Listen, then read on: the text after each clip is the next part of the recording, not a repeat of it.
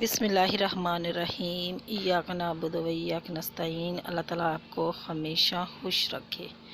आज मैं आपके लिए लेकर आई हूँ शकरगंजी की रेसिपी लेकर आई हूँ, जो कि हम बहुत सारा पानी डाल के इसको चूल्हे के ऊपर रख देते हैं और इसके अंदर भी पानी चला जाता है।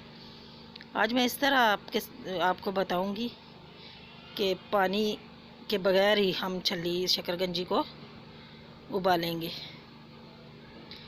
ये शकरगंजी है मेरे पास, इस पे बहुत सारी मिट्टी होती है।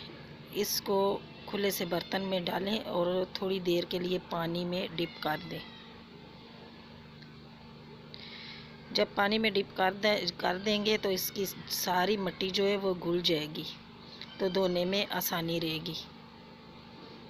क्योंकि ये मिट्टी में ही होती है तो इस पर बहुत सारी मिट्टी लगी होती है।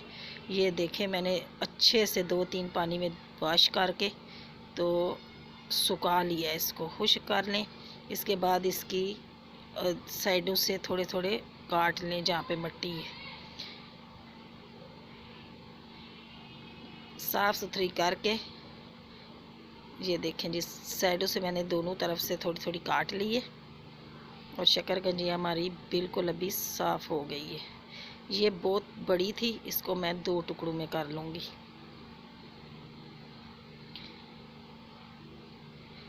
अब हम कुकर लेंगे और कुकर में 1 गिलास पानी शामिल करेंगे और इसके ऊपर जाली रखेंगे। इसके ऊपर जाली रखेंगे जो कि पानी में डिप नहीं होनी चाहिए। सिर्फ 1 कप पानी या 1 गिलास पानी, तो इसके जाली के ऊपर ये हम शकरगंजी रख देंगे। ये स्टीम में ही पक जाएगी। इस तरीके से रख दी। अब इसको बंद करते हैं और चूल्हे के ऊपर रख देते हैं। और तेज़ आंच नहीं रखिएगा क्योंकि पानी खुश्क हो जाएगा। दरमियानी आंच पे सिर्फ 10 मिनट के लिए रख दें आप। ये देखें 10 मिनट हो चुके हैं। शकरगंजी हमारी इतनी सॉफ्ट और गल गई है। ये जो मोटी शकरगंजी थी वो भी बिल्कुल गल गई है। अब हम इनको प्लेट में निकालते हैं। ये इस तरीके से, इसमें पानी टच भी नहीं हुआ और ये बिल्कुल खुश्क है और गल ऐसी गई है, बहुत ही बेहतरीन गल गई है। अब हम इसको थोड़ी देर ठंडा होने के लिए रख देंगे। ये ठंडी हो चुकी है। अब हम इसको छील लेते हैं, छिलका इसका उतार लेते हैं। ये इस तरीके से छिलका उतार ले। अगर आपके पास आपके पास कुकर नहीं है तो आप ऐसा करें कि कोई सी भी मोटे तले वाली एक कढ़ाई ले लें, उसमें स्टैंड रख दें और उसमें 1 कप या गिलास नीचे पानी डाल दें और ऊपर शकरगंजी रख दें और इसको बिल्कुल ढक दें। इसकी भाप बाहर नहीं आनी चाहिए। वो भी 10 मिनट, 10 मिनट में गली है, वो 20 मिनट में गल जाएगी।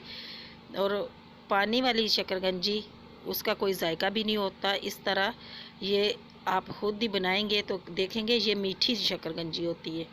पानी में उबालते हैं तो उसका जायका ही नहीं रहता और उसमें सारा पानी भर जाता है।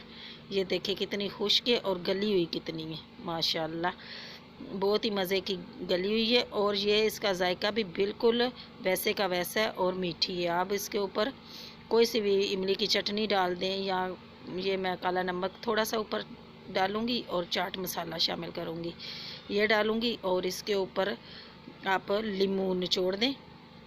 अगर आपके पास नींबू नहीं है तो कच्चा माल्टा ले लें, वो निचोड़ लें और खाएं। बहुत ही मज़े की ये बनती है और खुश्क भी है, इसमें अंदर से पानी भी नहीं है।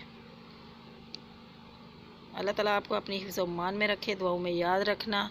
अल्लाह हाफिज़।